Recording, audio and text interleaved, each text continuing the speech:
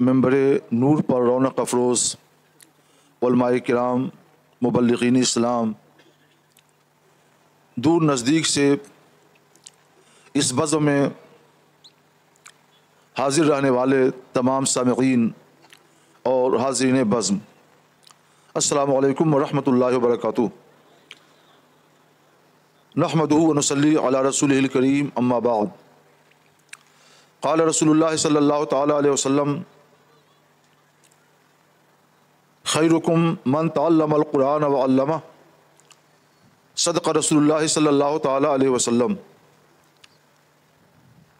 آپ تمامی حضرات بلند آواز سے بارگاہ رسالت میں عقیدت و محبت کے ساتھ درود پاک کا نذرانہ پیش کریں۔ اللہم صلی علی سیدنا مولانا محمد صلی اللہ علیہ وسلم وآلہ وصحبہ بارک وسلم۔ یا رسول اللہ۔ اللہ کے حبیب سید عالم صلی اللہ علیہ وسلم فرماتے ہیں، تم میں سب سے بہتر وہ ہے جو قرآن سیکھے اور سکھائے۔ اس کی وجہ یہ ہے کہ تمام کتابوں میں سب سے افضل اور سب سے بالا اللہ کی کتاب قرآن مقدس ہے۔ یہ کلام الہی ہے، اور جتنی بھی تعلیمات ہیں ان میں سب سے بہتر اور سب سے زیادہ نافع اور فلاح و بہبود کا، دنیا و آخرت کی کامیابیوں کا ذریعہ کتاب مقدس کی تعلیمات ہیں، اس لیے بھی یہ سب سے افضل کتاب ہے۔ دل میں اثر اور نفوذ کے لحاظ سے، گہرائی اور گہرائی کے لحاظ سے اس کا مقام سب سے اونچا ہے، اور یہ کتاب قیامت تک باقی رہنے والی ہے۔ بجھ گئیں جس کے آگے سبھی مشعلیں، شمع وہ لے کے آیا ہمارا نبی۔ سبحان اللہ۔ اس لیے بھی یہ کتاب سب سے افضل، سب سے مقدس، سب سے بہتر اور سب سے بالا ہے۔ اس لیے ہمیں قرآن سیکھنا چاہیے اور قرآن سکھانا چاہیے۔ یہ وجہ ہے کہ ہماری عالمی تحریک سنی دعوت اسلامی جہاں اپنے بھائیوں میں بلکہ دوسری اقوام عالم میں بھی تبلیغ اسلام کا فریضہ انجام دیتی ہے، وہیں یہ کتاب اللہ کی تعلیم کے لیے مدارس اور دارالعلوم بھی قائم کرتی ہے۔ جگہ جگہ ہماری تحریک نے دارالعلوم قائم کیے، مدارس قائم کیے، جہاں امت کے نونہالوں کو، بچوں کو، بچیوں کو کتاب اللہ قرآن مقدس کی تعلیم دی جاتی ہے، اس کے معنی بتائے جاتے ہیں، اس کے احکام سکھائے جاتے ہیں، اور جب وہ اپنا نصاب پورا کر لیتے ہیں تو ہم ان کی یہ فصل بہار اپنی قوم ملت کے سامنے جلوہ گر کر دیتے ہیں۔ انشاءاللہ آج بھی بعد مغرب آپ یہ منظر دیکھیں گے۔ ابھی جو منظر چل رہا ہے یہ تو تحریک سنی دعوت اسلامی کی تبلیغ کا سہانا منظر ہے۔ انشاءاللہ آج رات کی اوقات میں آپ سنی دعوت اسلامی کی تدریسی خدمات کا بھی سہانا منظر اپنی سر کی نگاہوں سے مشاہدہ کریں گے۔ یعنی دارالعلوم رضائے مصطفیٰ سے تعلیم حاصل کر کے کتاب و سنت کی تعلیم کا نصاب مکمل کر کے فارغ ہونے والے ہونہار طلبہ، باحوصلہ طلبہ کہ آج انشاءاللہ تعالی دستار بندی ہوگی اور انہیں قوم کے درمیان ذمہ داران قوم کی حیثیت سے پیش کر دیا جائے گا، جو آپ کی صفوں میں جا کر آپ تک دین کے احکام پہنچائیں گے۔ تو یہ بڑا اہم پیغام ہے۔ قرآن اپنی تعلیمات کے لحاظ سے بھی سب سے افضل کتاب ہے۔ قرآن ہی وہ کتاب ہے جس نے آج نہیں، جب دنیا انصاف سے آشنا نہیں تھی، عدل سے آگاہ نہیں تھی، اس وقت اسلام نے عدل سے اور احسان سے لوگوں کو روشناس کرایا تھا، اعلان کیا تھا ان اللہ یامر بالعدل والاحسان، بے شک اللہ حکم دیتا ہے عدل کا اور احسان کا۔ عدل اور انصاف جہاں قائم ہوگا وہاں دور دور تک ظلم کا کوئی شائبہ بھی نہیں پہنچ سکتا۔ تو دنیا سے ظلم کو ختم کرنے کے لیے اللہ تبارک و تعالیٰ نے نظام عدل قائم کر دیا کہ جہاں بھی رہو نظام عدل کو قائم کرو، نظام عدل قائم ہوگا تو وہاں سے ظلم ہمیشہ کے لیے دور ہو جائے گا۔ اور یہی ہوا۔ اجتماعی زندگی میں نظام عدل کی ضرورت ہوتی ہے، مگر انفرادی زندگی میں عفو درگزر اور احسان کی بھی حاجت پیش آتی ہے۔ اس لیے اللہ تبارک و تعالیٰ نے احسان کا بھی حکم دیا کہ اجتماعی زندگی میں تم نظام عدل برپا کرو، مگر انفرادی زندگی ہو اور احسان کی متقاضی ہو تو تم وہاں احسان کی بھی جلوہ گری کرو، احسان کے ساتھ لوگوں سے پیش آؤ۔ اس طرح سے عدل بھی قائم ہوا اور احسان بھی قائم ہوا، جس کا اللہ نے حکم دیا کہ اللہ حکم دیتا ہے عدل کا اور احسان کا۔ اللہ نے یہ فرمان جاری کیا ہے، قرآن نے یہ اعلان کیا ہے وَقَضَىٰ رَبُّكَ أَلَّا تَعْبُدُوا إِلَّا إِيَّاهُ وَبِالْوَالِدَيْنِ إِحْسَانًا، تیرے رب کا فیصلہ ہے کہ اللہ کے سوا کسی کی عبادت نہ کرو، ایک اللہ کی عبادت کرو اور اپنے ماں باپ کے ساتھ اچھا سلوک کرو۔ اسلامی یہ فرمان جاری کرتا ہے کہ ماں باپ کے ساتھ اچھا سلوک ہونا چاہیے، اچھا برتاؤ ہونا چاہیے، اور یہ کوئی قید نہیں رکھتا ہے کہ ماں باپ مسلم ہوں تبھی احسان کیا جائے، بلکہ مسلم نہ ہو تو بھی قرآن یہی تعلیم دیتا ہے وَصَاحِبْهُمَا فِي الدُّنْيَا مَعْرُوفًا، اور دنیا میں ان کے ساتھ بھلائی کے ساتھ پیش آؤ۔ تو ماں باپ کا مرتبہ بڑا عظیم ہے، ماں باپ مسلم ہو تو بھی اور غیر مسلم ہو تو بھی ان کے ساتھ اسلام بھلائی کا، احسان کا، حسن سلوک کا درس دیتا ہے۔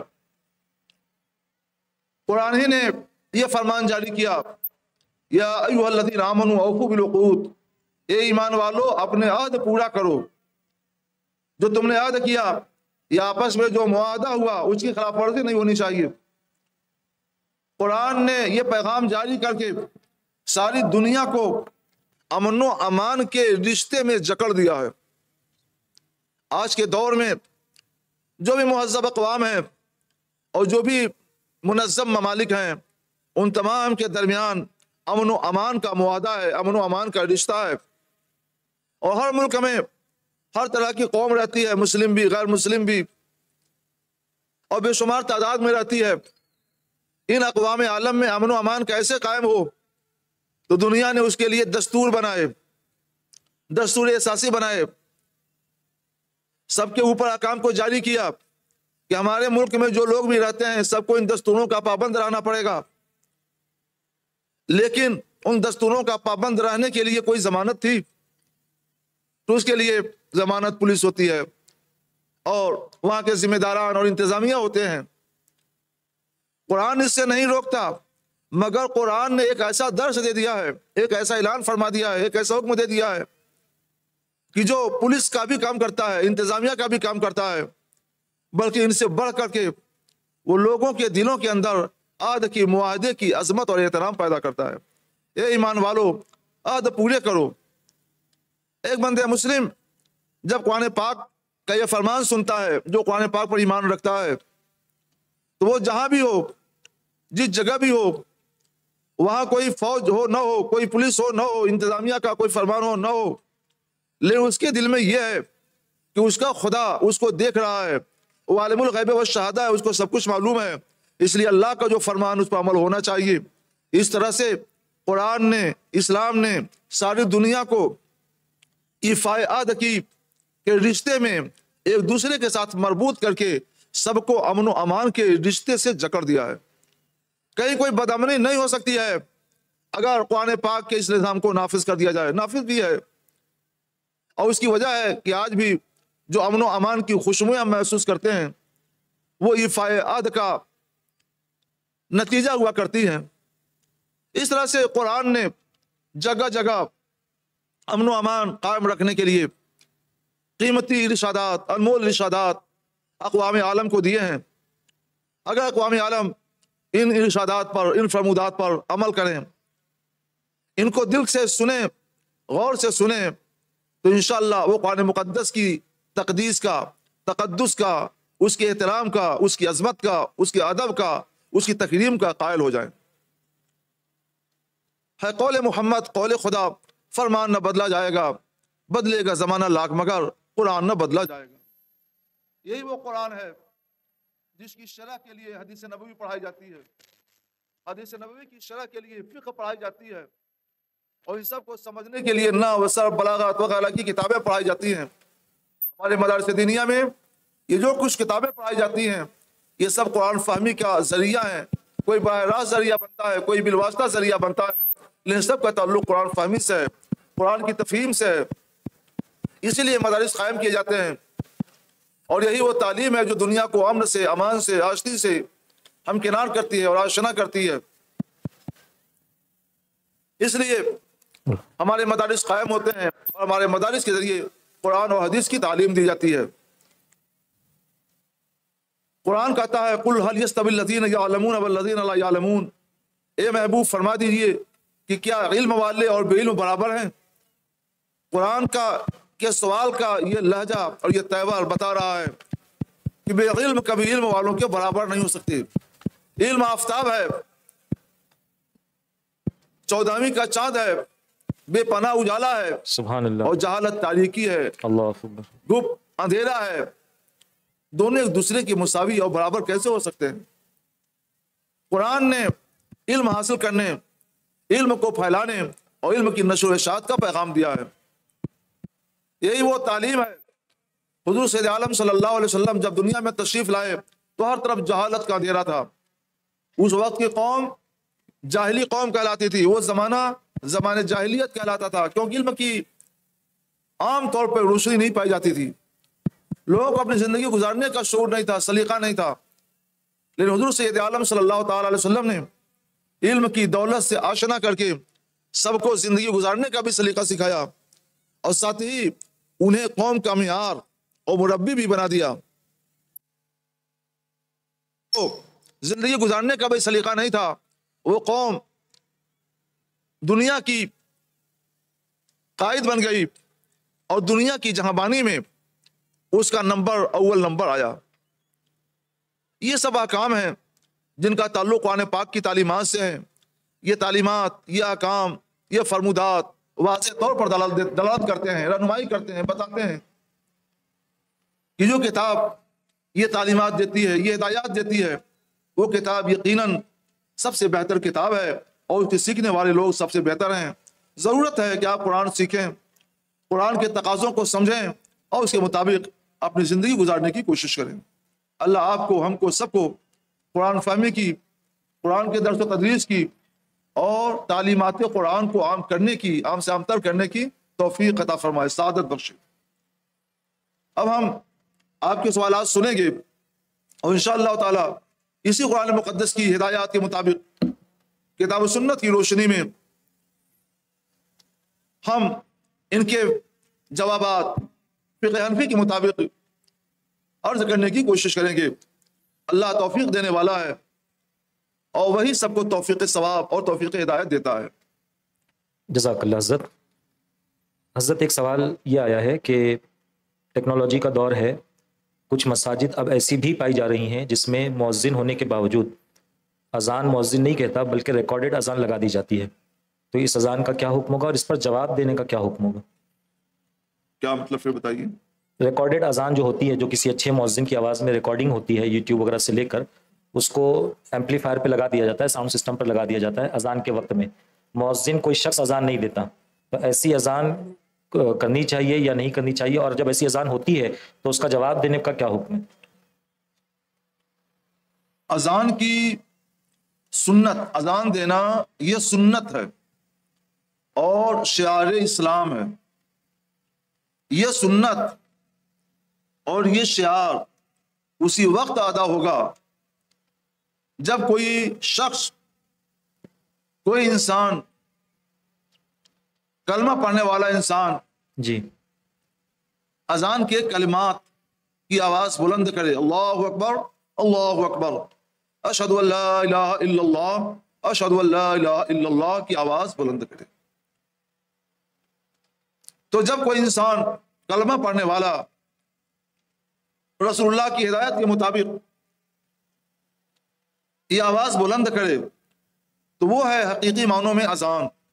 جی اور اسی سے قائم ہوگا شعائر اسلام، اور اسی سے ادا ہوگی سنت رسول اللہ. سبحان اللہ.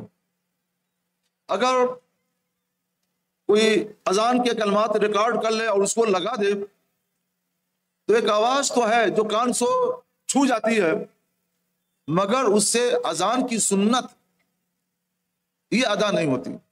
جی ایک سوال یہ ہے کہ اس سے ان کلمات کا جواب دیا جائے کہ نہ جواب دیا جائے، جی حضرت.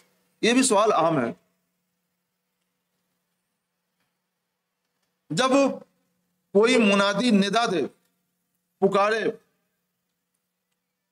تو اس کے کلمات کے جواب دینے کا حکم ہے. اور یہاں کوئی منادی ندا نہیں دے رہا ہے، جی اذان کے کلمات نہیں کر رہا ہے، بلکہ کسی منادی کے آواز کی نقل یا کہہ لیجیے آواز بازگشت محفوظ کر کے سنائی جا رہی ہے. اصل آواز پر جواب دینے کا حکم ہے، اور یہ تو آواز بازگشت ہے. آواز بازگشت پر اذان جواب دینے کا حکم نہیں ہے. یہ ایسے ہی ہے جیسے کوئی اذان دے اور کوئی پرندہ مثلا طوطا یا مینا اس کی نقل کر کے وہ بھی اللہ اکبر کہے، جی تو اس پر طوطا اور مینا جو پرندہ ہیں ان کے اللہ اکبر کہنے کا جواب نہیں دیا جائے گا. مؤذن منادی جو کلمات کہہ رہا ہے ان کلمات کا جواب دیا جائے گا. جی وہ نقل ہے اور یہ اصل ہے. تو آواز بازگشت کا جواب نہیں ہے. یا جیسے کسی نے اذان دی، وہ کسی گنبد سے ٹکرائی یا کسی دیوار سے ٹکرائی یا پہاڑ سے ٹکرائی اور ٹکرا کر وہ آواز واپس آئی. یہ جو آواز واپس آ رہی ہے، واپس آنے والی آواز، جو وہ حقیقت میں مؤذن کی بنادی کی آواز نہیں ہے، وہ پہاڑ کے ذریعے پیدا ہونے والی آواز بازگشت ہے، گنبد کے ذریعے پیدا ہونے والی آواز بازگشت ہے، کسی مکان سے ٹکرا کر پیدا ہونے والی آواز بازگشت ہے. تو جیسے گنبد سے، مکان سے، پہاڑ سے ٹکرا کر جو آواز بازگشت پیدا ہوتی ہے اس کا جواب نہیں دیا جائے گا، اس کی جواب دینے کا حکم نہیں ہے. ایسے ہی لاؤڈ اسپیکر وغیرہ کے ریکارڈ میں محفوظ کر کے جی جو آواز لاؤڈ اسپیکر وغیرہ کے ذریعے نشر کی جائے جی وہ بھی آواز بازگشت ہے. اس کے بھی ان کلمات پر بھی وہ کلمات ہی نہیں ہیں تو اس پر بھی جواب نہیں دیا جائے گا. جی تو نہ تو یہ حقیقت میں منادی کی اذان ہے اور نہ ہی اس کا جواب دینے کا حکم ہے.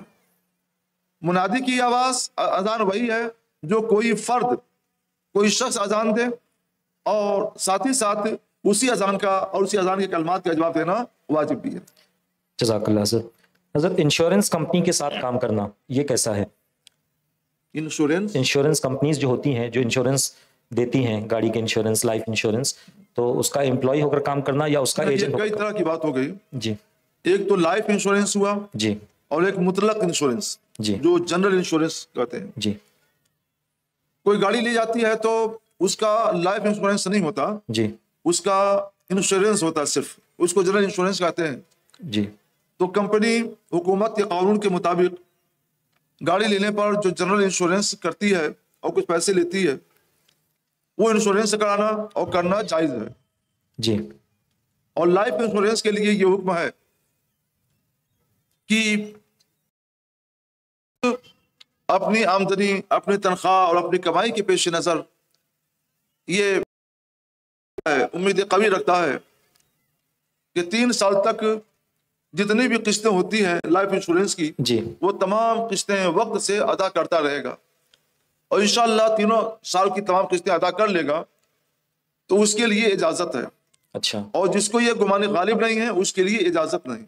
جی دوسرے لفظوں میں یہ کہہ لیجئے کہ کوئی بھی آدمی لائف انشورنس سے کرائے تو اس کی سالانہ قسطیں اتنی ہی رکھے جن قسطوں کو اس سال وہ ادا کر سکتا ہے. جی اتنی نہ رکھے جو اس کی حیثیت سے باہر ہو اور ادا نہ کر سکے. جی جو قسط اس کی حیثیت سے باہر ہو اور ادا نہ کر سکے تو اتنی قسطوں کا لائف انشورنس کرانا ناجائز ہے.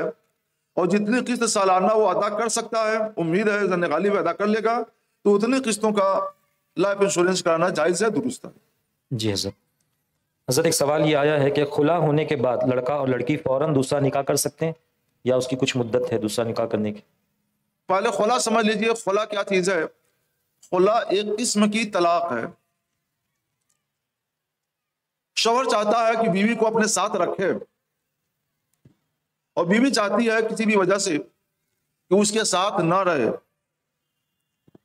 تو قرآن بیوی کو یہ اجازت دیتا ہے. پہلے تو یہی ہے کہ ان دونوں کو سمجھایا جائے، اور ان کی کوئی شکایت ہو تو شکایتیں دور کی جائے، اور دونوں کے درمیان نباہ کی خوشگوار زندگی کی راہ نکال دی جائے. اور بہت ایسا ہوتا ہے، بے شمار جوڑے جاتے ہیں، سمجھا دیا جاتا ہے، شکایتیں دور کر دی جاتی ہیں، وہ زندگی خوشگوار زندگی گزارنے کے لیے تیار بھی ہو جاتے ہیں، اور آج ان کے بیٹے ہیں، پوتے ہیں، ناتی ہیں، پورا کنبہ بھرا ہوا ہے. لیکن کچھ ایسے نادان بھی ہوتے ہیں کہ جدائی ہی چاہتے ہیں، اور عورت یہ فیصلہ کر لیتی ہے کہ ہمیں اس کے ساتھ نہیں رہنا ہے اور ہم کو اس سے الگ ہی کیا جائے. اچھا. اور شوہر چاہتا ہے کہ اس کے ساتھ رہے، اس کو اپنے ساتھ رکھے. ایسے وقت میں بیوی یہ پیشکش کرتی ہے کہ میرا جو مہر مقرر ہوا ہے وہ مہر، اس مہر کی معافی کے بدلے میں شوہر اسے طلاق دے دے. تو مہر کی معافی کے بدلے میں شوہر، یا کہہ لو جو کہہ لو کہ مال کے بدلے میں شوہر اپنی بیوی کو جو طلاق دے، طلاق، اچھا، اس کو خلا کہتے ہیں. جو طلاق بغیر مالی معاوضے کی دی جائے وہ طلاق کہلاتی ہے، اور مالی معاوضے کے شرط پر، مہر معاف کرنے کی شرط پر جو طلاق دی جائے اس کو خلا کہتے ہیں. جی یہ تو جناب والا خلا ہوا. اب اصل سوال شروع ہوتا ہے کہ خلا کے بعد فوراً دونوں نکاح کر سکتے ہیں کہ نہیں؟ ظاہر ہے کہ نکاح دوسروں ہی سے کرنا ہوگا. تو شوہر کے لیے تو کوئی پابندی نہیں ہے، وہ خلا ہو یا طلاق ہو، طلاق کے بعد، خلا کے بعد وہ اپنا نکاح دوسرے کے ساتھ کر سکتا ہے، دوسری لڑکی کے ساتھ، عورت ساتھ کر سکتا ہے، فوراً بھی کر سکتا ہے. رہ گئی عورت جس نے خلا کرایا، تو اس کے بارے میں تفصیل ہے. اگر وہ شوہر کے رخصت نہیں ہوئی تھی اور نکاح کے بعد دونوں تنہائی کے جگہ میں، تنہائی کے مکان میں، تنہائی کے روم میں، کمرے میں اکٹھا نہیں ہوئے ہیں، الگ الگ ہی رہے ہیں، خلوت میں اکٹھا ہونے سے پہلے ہی عورت نے خلا کا مطالبہ کیا اور خلا ہو بھی گیا، تو عورت کو بھی اجازت ہے کہ وہ فوراً دوسرے کے ساتھ نکاح کرنا چاہے تو کر سکتی ہے، یہاں کوئی عدت کا سوال نہیں پیدا ہوتا. لیکن اگر عورت، بیوی شوہر کے ساتھ 1 رات 2 رات رہ چکی ہے، خلوت میں اور تنہائی میں وقت اپنا گزار چکی ہے، تو ایسے وقت میں قرآن عورت کو یہ رہنمائی کرتا ہے کہ تم تھوڑی دیر 3 حیض تک رکی رہو. قرآن کا طول مطلقات تربصن بانفسہن 3 قروء، جن عورتوں کو طلاق دی گئی، یہ مطلق ہے، خلا کے ذریعے طلاق ہو یا بغیر خلا کے، وہ اپنے آپ کو نکاح سے 3 حیض تک روکے رہیں. جب 3 ماہواری، 3 ماہ حیض خلا کے بعد، طلاق کے بعد آ کر گزر جائیں، تو اس کے بعد وہ عورت بھی جہاں چاہے اپنی صوابدید کے مطابق نکاح کر سکتی ہے. جی. تو عورت کے بارے میں تفصیل ہے کہ اگر وہ شوہر کے ساتھ 1-2 رات یا چند راتیں گزار چکی ہے تو خلا کے بعد 3 حیض کا انتظار کرے. جب 3 حیض آ کر گزر جائیں تب وہ نکاح کرے. اور اگر خلوت میں اکٹھا نہیں ہوئے ہیں، رخصتی ہی نہیں ہوئی ہے، تو وہ بھی فوراً نکاح کر سکتی ہے، اور شوہر تو بہرحال، مرد تو بہرحال دوسرے کے ساتھ نکاح کر سکتا. جی حضرت اس میں 2 سوال اور پوچھے ہیں سامنے والے نے. کیا صرف دستخط سے خلا واقع ہوتا ہے؟ نہیں، جب صرف دستخط سے کیسے ہوگا؟ صرف دستخط سے خلا واقع ہو تو کوئی آدمی کاغذ لے لے اور پھر اپنا دستخط کرتا چلا جائے تو نہ طلاق ہوگی نہ خلا ہوگا. ہاں، اگر خلا کا مضمون مرتب کر دیا گیا، جیسا کہ میں نے بتایا، خلا کا مضمون مرتب ہونے کے بعد اس پر شوہر بھی دستخط کرے، خلا کا مضمون مرتب ہو گیا، اسے شوہر اور عورت کو پڑھ کے سنا دیا گیا یا مضمون بتا دیا گیا، تو خلا کے مضمون پر آگاہ ہونے کے بعد جب اس پر شوہر بھی دستخط کر دے اور عورت بھی دستخط کر دے، دونوں کے دستخط ہو جائیں، تب جا کر طلاق واقع ہوگی، خلا واقع ہوگا۔ جب تک دونوں کا دستخط نہ ہو تب تک خلا نہیں ہوگا۔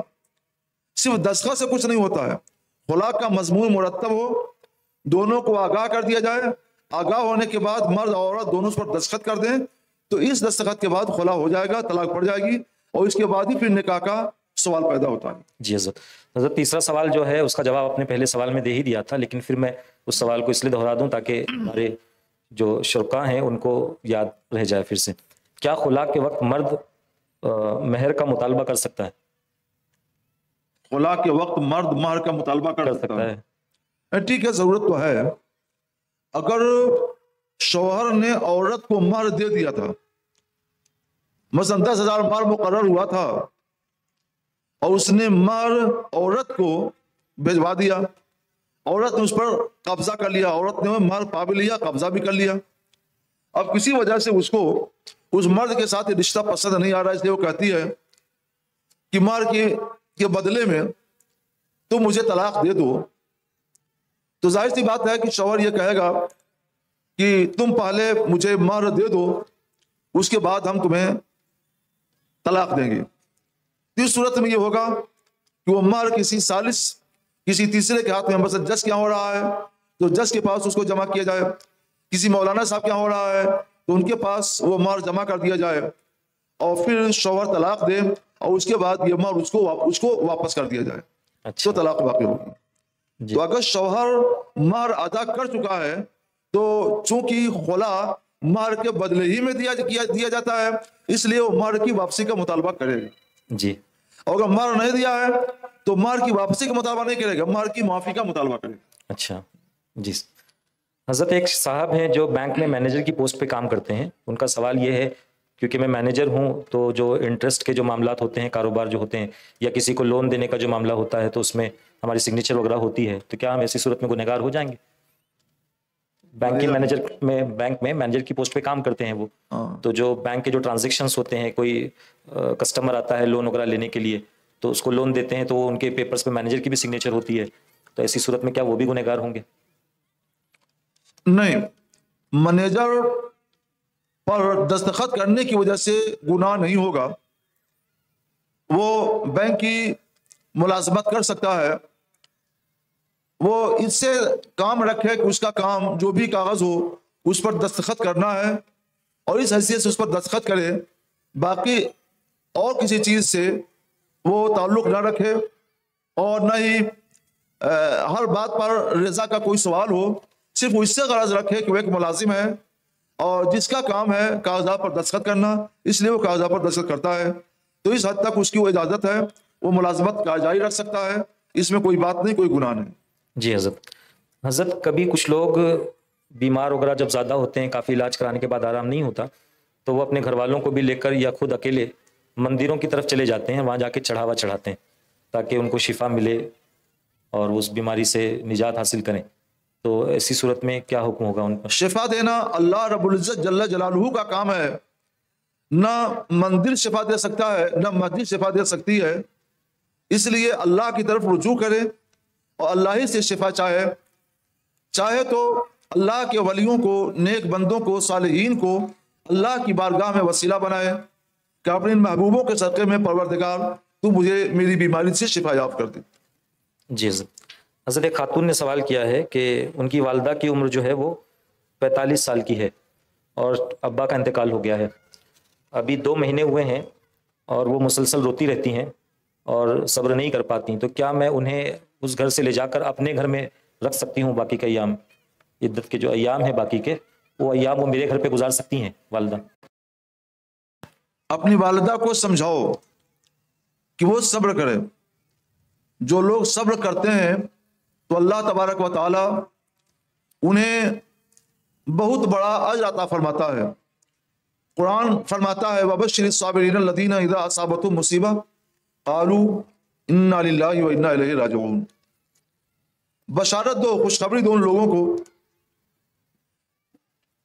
جن پر کوئی مصیبت آئی تو وہ کہتے ہیں بے شک ہم اللہ کے لیے ہیں اور بے شک ہمیں اللہ کی طرف پلٹ کر جانا ہے۔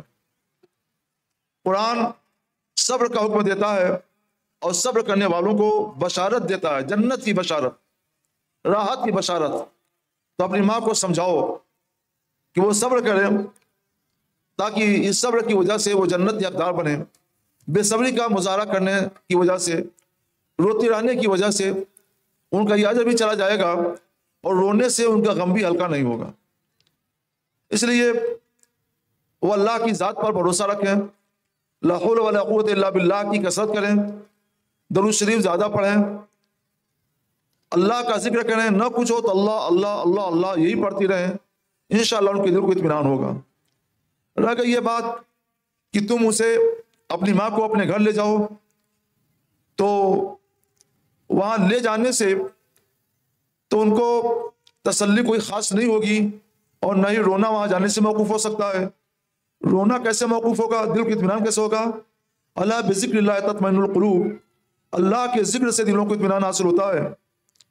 اس لیے گھر لے جانے کی کوشش نہ کرو، بلکہ تم خود اپنی ماں کے پاس آ جاؤ، ان کو سمجھاتی رہو، ان کے ساتھ رہو اور ان کو مانوس رکھو۔ قرآن کا حکم ہے لا تخرجوهن من بیوتہن ولا یخرجن، نہ تم انہیں ان کے گھروں سے نکالو نہ وہ خود نکلیں، تو وہ اپنے گھر میں رہیں اور تم ان کے گھر میں آ جاؤ، تمہارے لیے کوئی پابندی نہیں ہے۔ ان کو، ان کے دل کو، ان کے دماغ کو راحت دو، مانوس کرو اور انہیں ہدایت کرو کہ اللہ کا ذکر کر کے اپنے دل کو مطمئن کرنے کی کوشش کریں۔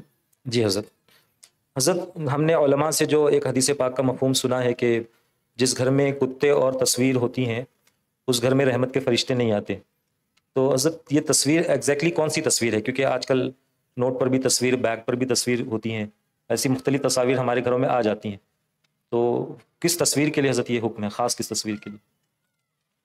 کچھ تصویریں وہ ہیں جن کا ساتھ میں ہونا یا گھر میں ہونا ہماری مجبوری ہے، جیسے کرنسی نوٹ پر تصویریں ہوتی ہیں جی، تو کوئی نوٹ کو تو پھینکے گا نہیں، مجبوری ہے کہ اپنے ساتھ رکھے۔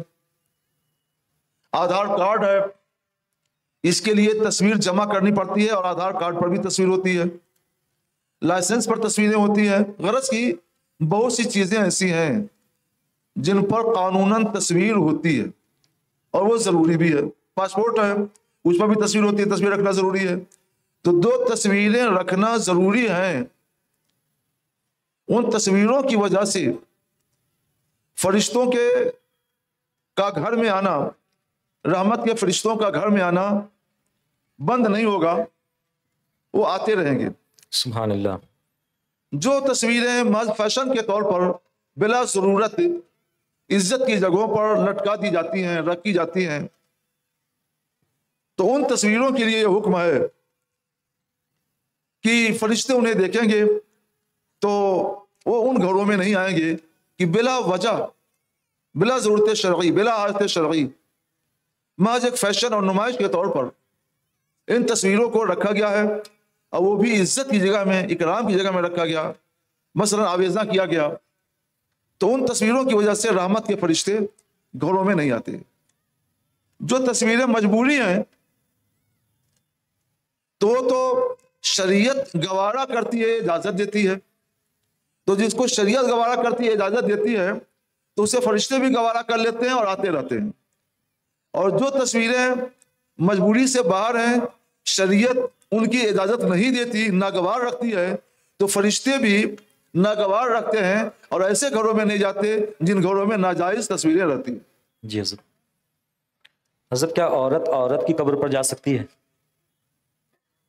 عورت نہ مرد کی قبر پر جائے نہ عورت کی قبر پر جائے، کیونکہ احادیث نبویہ میں مطلقاً ہی عورتوں کو زیارت قبور سے منع کیا گیا تھا۔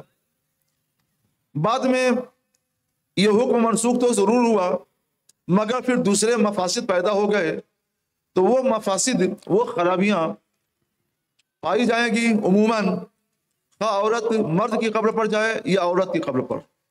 اس لیے وہ زیارت قبور کے لیے نہ جائے اب ہمارے علماء اسی کا حکم دیتے ہیں، لیکن وہ زیارت پائے جی فضیلت کیسے حاصل کرے؟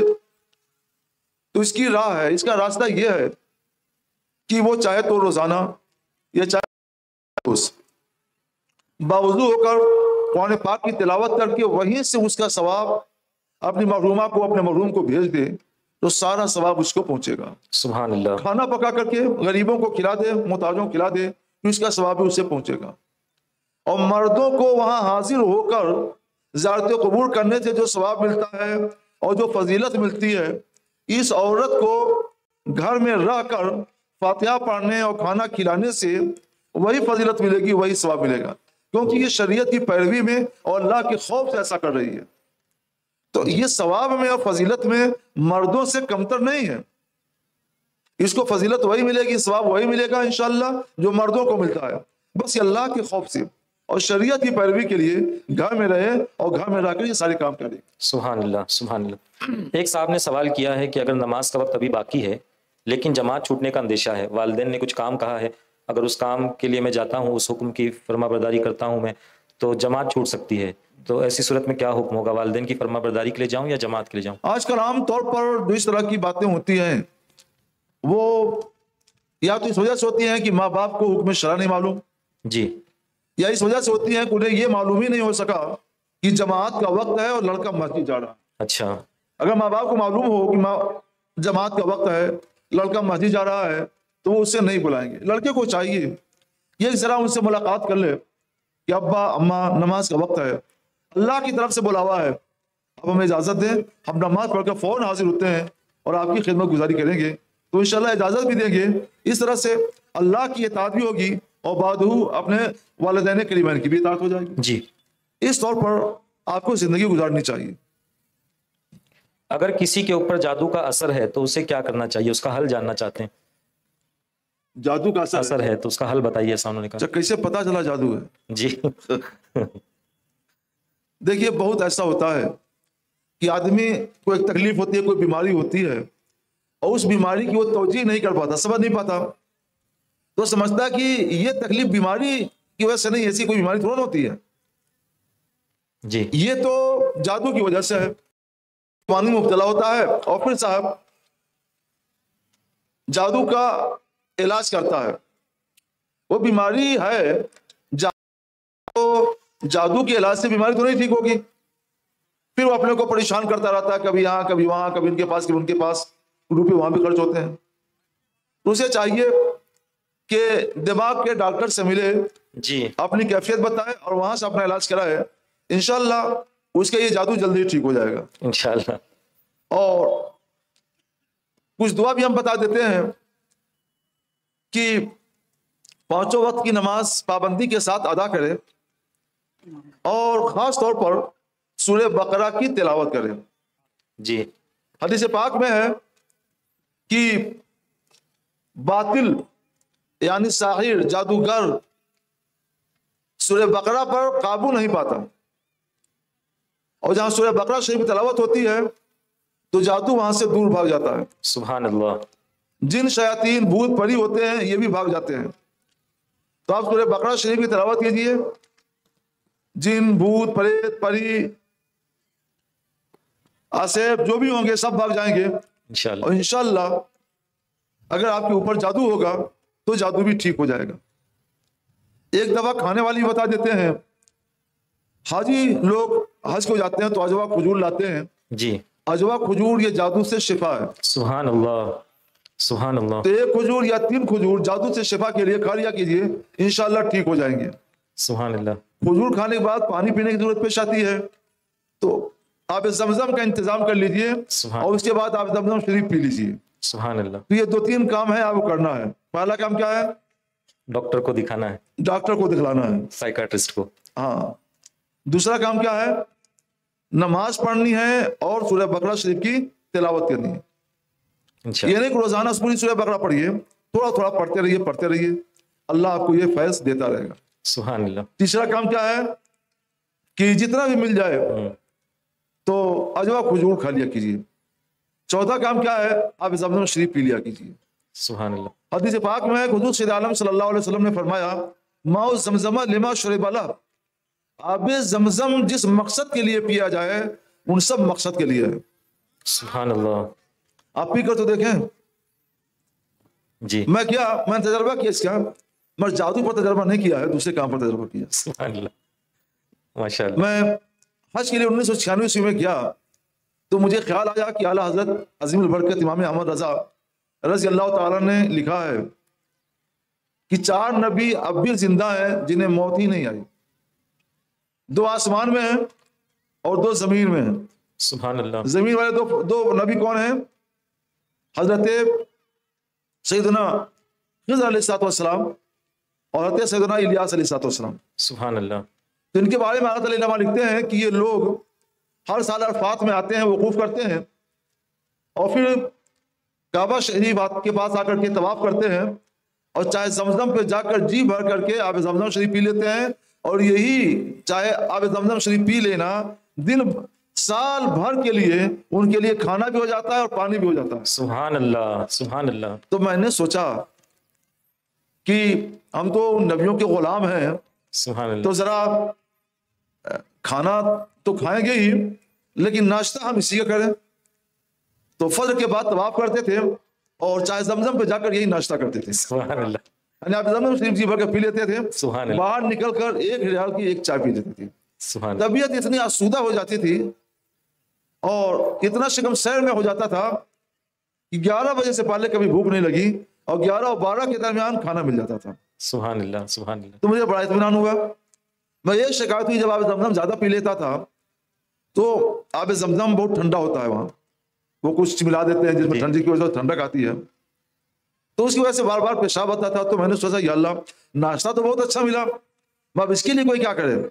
تو خیال آیا کہ جب حدیث پاک میں ماء زمزم لما شرب لہ، کہ آب زمزم جس مقصد سے پیا جائے اسی کے لیے ہے، تو چلو ایک روز آب زمزم اسی مقصد سے پیے کہ ناشتہ بھی ہو جائے اور پیشاب بھی زیادہ نہ لگے۔ سبحان اللہ، تو میں نے پیا اور الحمدللہ بالکل مطمئن ہو گیا۔ سبحان اللہ، ماشاء اللہ۔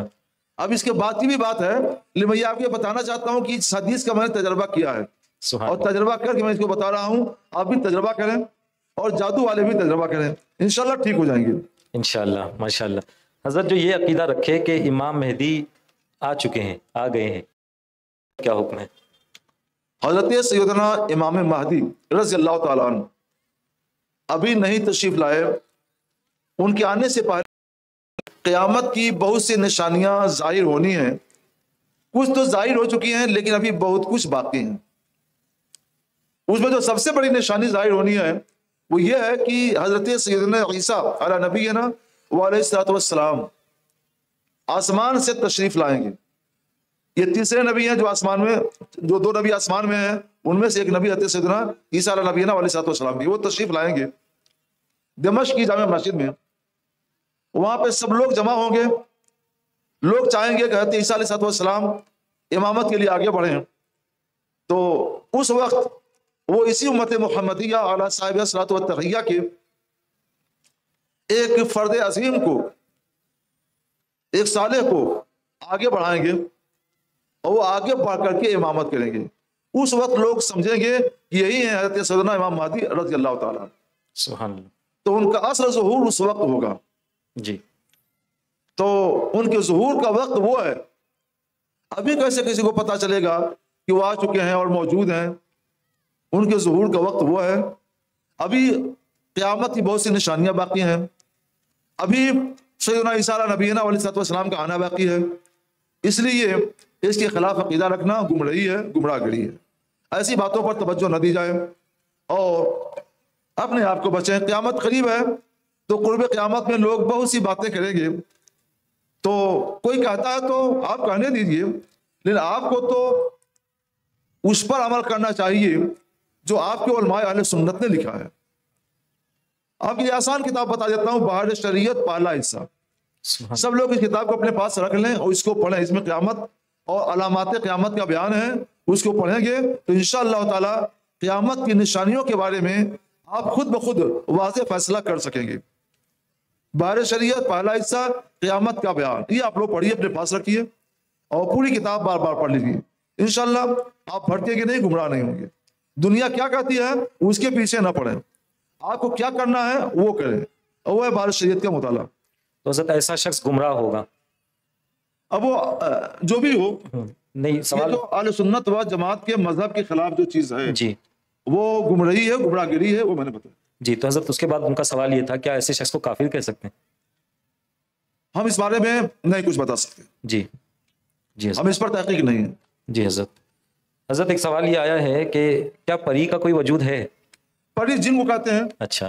جن عورت جن کو پری کہتے ہیں، مونس جی. تو جن مردوں کا بھی وجود ہے اور جن عورتوں کا بھی وجود ہے. جی حضرت. صفا و مروہ کی صحیح جو ہوتی ہے، اگر کسی نے فرسٹ فلور سے کی، یا جو فرسٹ فلور جو منزلہ بن گیا ہے وہاں سے اگر کسی نے صحیح کی تو کیا حکم ہوگا اس پر؟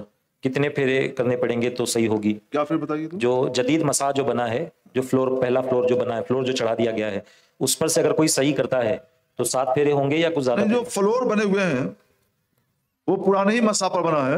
اچھا. تا خانہ بھی ہے، اس کے اوپر منزل ہے، اس کے اوپر منزل ہے، اس کے اوپر، اس طور پہ اگر کئی منزلیں بھی ہوں، 10 منزلیں بھی ہوں، 20 منزلیں بھی ہوں جو مساح پر ہے، تو وہ صحیح ہے، درست ہے، واجب ادا ہوگا.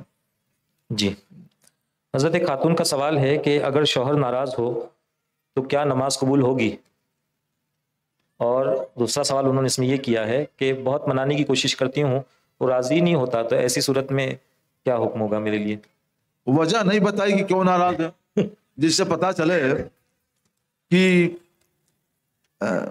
یہ معاملہ کیا ہے. اگر شوہر کی ناراضگی برحق ہے، تم شریعت کے خلاف کام کرتی ہو، قدم اٹھاتی ہو، مثلا نماز نہیں پڑھتی ہو، نماز کے اوقات میں سوئی رہتی ہو، یا اس طرح کا اور کوئی کام جو شرعاً ناجائز ہے، اس لیے شوہر ناراض ہے، تو پھر اللہ بھی ناراض ہوگا. قبول کرنے والا تو اللہ ہے نا. جی. اللہ ہی ناراض ہوگا تو تم خود فیصلہ کرو کہ کیا تمہاری نماز مقبول ہوگی. اور اگر شوہر کی ناراضگی ناحق ہے، بلا وجہ کے لیے ہے، اس نے مزاجی ناراضگی کا پایا ہے، تو نرمی ساتھ اس کو سمجھانے کی کوشش کرو، نرم کرنے کی کوشش کرو، تمہاری نماز صحیح ہوگی، اللہ راضی ہے، تمہاری نماز بھی مقبول ہوگی انشاءاللہ. اگر کوئی شخص قرآن پاک پر ہاتھ رکھ کر قسم کھائے تو کیا یہ شرعی قسم ہوگی؟ ہاں، قرآن پاک کی کوئی قسم کھائے یا قرآن پاک پر ہاتھ رکھ کر قسم کھائے تو اس کا مطلب یہی ہوتا ہے کہ وہ قرآن کی قسم کھا رہا ہے. قرآن یہ کلام الہی ہے، اور کلام الہی کی قسم بھی قسم ہے، قسم ہوگی. جی حضرت. پرفیوم لگا کر نماز اگر پڑھے تو کیا نماز صحیح ہوگی؟ پرفیوم کا استعمال کیا اگر کریں. پرفیوم میں اگر الکوہل کی آمیزش ہے، ملاوٹ ہے، بہت ایسا ہوتا ہے اس میں ملاوٹ ہوتی ہے، الکوہل ناپاک ہے، وہ پاک نہیں ہے، تو ایسے پرفیوم کو اپنے بدن پر یا کپڑے پہ لگانا جائز نہیں ہے، اس سے بچا جائے. اگر زیادہ لگ جائے گا تو نماز نہیں ہوگی، اور معمولی سا تھوڑا سا لگا ہوگا تو نماز ہو جائے گی. پھر بھی اپنے ہاتھوں ایسا کرنا درست نہیں. عام طور پہ جو لوگ لگاتے ہیں وہ کم نہیں لگاتے ہیں، زیادہ ہی لگاتے ہیں. جی. لہٰذا احتیاط کریں اور اپنی نمازوں کو بچائیں اور گناہ سے بچیں. جی حضرت اسلام. ہاں، اگر اس کے اندر الکوہل نہیں لگا ہے، اس کی ملاوٹ نہیں ہے، تو ہم اس کی اجازت دیتے ہیں، وہ جائز ہے. اس پر لکھا رہتا ہے کہ الکوہل سے پاک ہے کہ نہیں پاک ہے، تو جس پر لکھا ہو کہ الکوہل کی ملاوٹ ہے اس کو نہ استعمال کریں، اور جو الکوہل سے خالی ہو اس کو استعمال کر سکتے ہیں. جی حضرت، جو پہلے سوال آیا تھا کہ جو یہ شخص یہ عقیدہ رکھے کہ امام مہدی آ چکے ہیں، آپ نے اس کا جواب دیا. ایسے شخص کے ساتھ اٹھنا بیٹھنا، اس سے بات چیت کرنا، اس کے ساتھ میں وقت گزارنا، یہ اس پر کیا؟ وہ شخص اہل سنت و جماعت سے نہیں ہے. جی. تو ہمیں اپنا تعلق اہل سنت و جماعت سے رکھنا چاہیے، نہ کہ ہر ایک سے. جی. اسلامک بینک سسٹم کیا ہے؟ کیا یہ نارمل بینک سسٹم جو ہمارے دیش میں چلتا ہے اس سے ڈیفرنٹ ہے، اس سے الگ ہے؟ اسلامی بینکاری، اسلامک بینک سسٹم کیا ہے؟ اسلامی بینک سسٹم یہ ہے کہ اسلام کے اصول تجارت و نفع پر کوئی بینک قائم کیا جائے. جی. تو اگر اسلام کے اصول تجارت و نفع پر کوئی بینک قائم ہے تو اسلامی بینک ہے، اور اگر اس کے خلاف ہے، اس کا لحاظ نہیں کیا گیا ہے، تو ہم اسے اسلامی بینک نہیں کہتے. اچھا. جی حضرت، یہ جو بینک میں ایف ڈی فکس ڈپازٹ اور نارمل سیونگ اکاؤنٹ میں جو انٹرسٹ آتا ہے اس کے لیے کیا حکم ہے شریعت کا؟ حکومت کے بینکوں میں روپے جمع کرنے پر جو انٹرسٹ ملتا ہے، انٹرسٹ کے نام پہ جو رقم ملتی ہے وہ حکومت اپنے قانون کے مطابق دیتی ہے اور اپنی خوشی سے اور اپنی رضا سے دیتی ہے. اس میں کھاتے دار کی طرف سے کوئی دھوکہ فریب نہیں ہوتا اور کوئی دباؤ اور زیادتی نہیں ہوتی. لہٰذا وہ نفع لینا جائز و درست ہے، چاہے ایف ڈی کی شکل میں ہو یا سیونگ بینک اکاؤنٹ کی شکل میں ہو، سب جائز و درست ہے. جی حضرت ایک سوال یہ ہے، ایک منٹ چٹھی کا.